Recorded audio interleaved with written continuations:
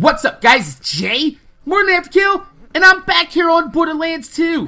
And this is episode 1 of my brand new series, which is called Borderlands 2 Endgame.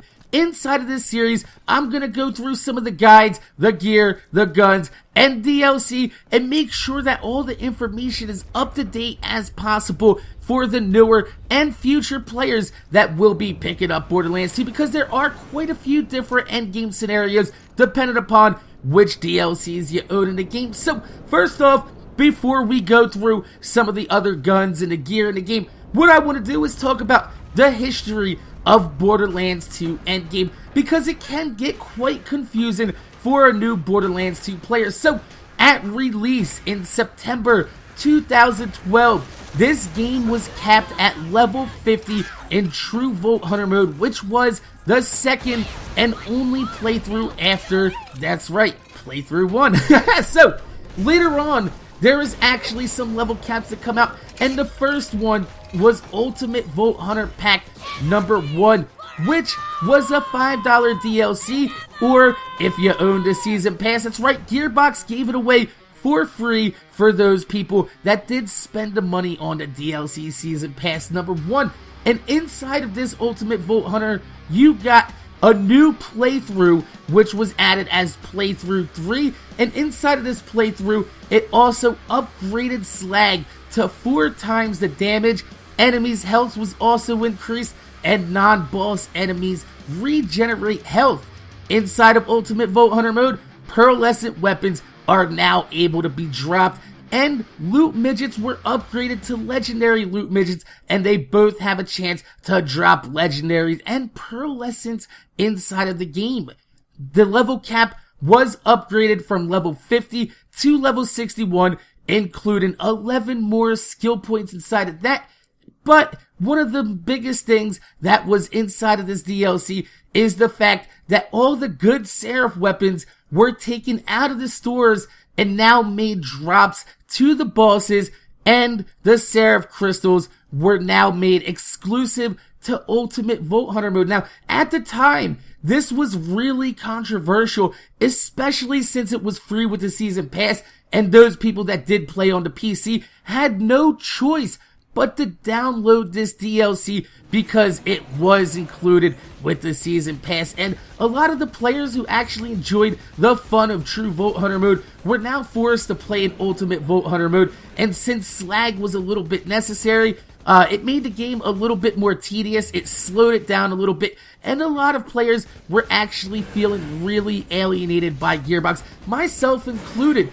But just like Borderlands 2 community, we've adapted, we got used to it, and we kept going, and 6 months later, Gearbox released another Ultimate Vault Hunter mode upgrade pack alongside the Digistruct Peak upgrade, which was a $5 DLC. So this DLC not only upped the level cap from level 61 to level 72, but it also included new pearlescents and legendary class mods, and the legendary class mods changed the game for a lot of builds out there. However, if you didn't own both Ultimate Vault Hunter mode packs, you were not able to get the new pearlescents or legendary class mods, since you need both upgrades. And since the release of the Borderlands 2 Game of the Year Edition, UVH1 upgrade comes with that, so you'll only need a $5 DLC to get access to some of these legendary class mods, which are actually very, very useful. But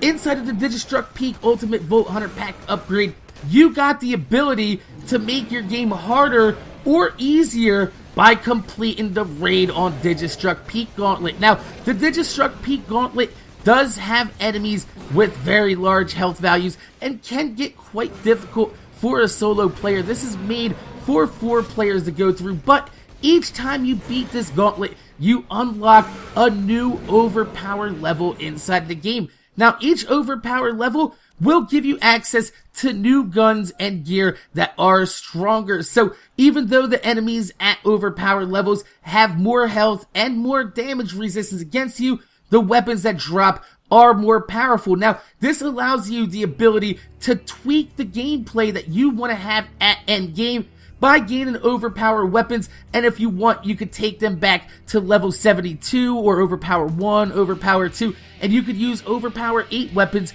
on level 72 and get a pretty much easy experience inside the game if that's how you like to play the game, or you can go all the way up to overpower 8 and play at an extreme difficulty. This is why I wanted to go ahead and explain the difference between Borderlands 2 Endgame, because it can get quite confusing for newer players. So with all these different options inside of the game, what exactly is Endgame in Borderlands 2? Well, right now, because Borderlands 2 Game of the Year Edition does come with the Ultimate Vault Hunter Mode Pack 1, we're going to say that the vanilla Endgame right now is going to be level 61 Ultimate Vault Hunter Mode. Specifically because if you did buy Borderlands 2 and you did buy the DLC separate, you're going to pay twice as much as what it costs for Borderlands 2 Game of the Year Edition right now, which is about $60 and comes with 4 DLCs and 1 level pack upgrade, which is actually a pretty good deal for a new Borderlands player. So right now, I'm going to say the vanilla endgame's level 61. However, even though level 61 and level 72 seem like a big deal, they are not. They are actually pretty close into how the difficulty scales inside of this game. So we're going to go ahead and say level 72 inside of this series is going to be endgame. And if there's any type of different variations between weapon levels or OP levels, like say one weapon is more effective on level 61 than level 72 or overpower 8, I will let you guys know inside of this series. But for all intents and purposes, when I say UVHM endgame in this series, we are talking about level 61 / level 72 because they are pretty similar in how they play. So my name is Jay, MorninAfterKill. Make sure you guys rate, comment, subscribe. I want to thank you guys for watching. If you could leave a thumbs up on the video, I'd highly appreciate it because it gives you motivation to make more videos for you motherfuckers that watch my motherfucking videos. Tomorrow, in Endgame episode number 2, we're going to be taking a look at Captain Scarlet and the Pirate Booty motherfucking DLC, which is one of my favorite motherfucking DLCs in the game. So like I said, my name's Jay, MorninAfterKill. Thanks for watching, and I'm going to see you guys later.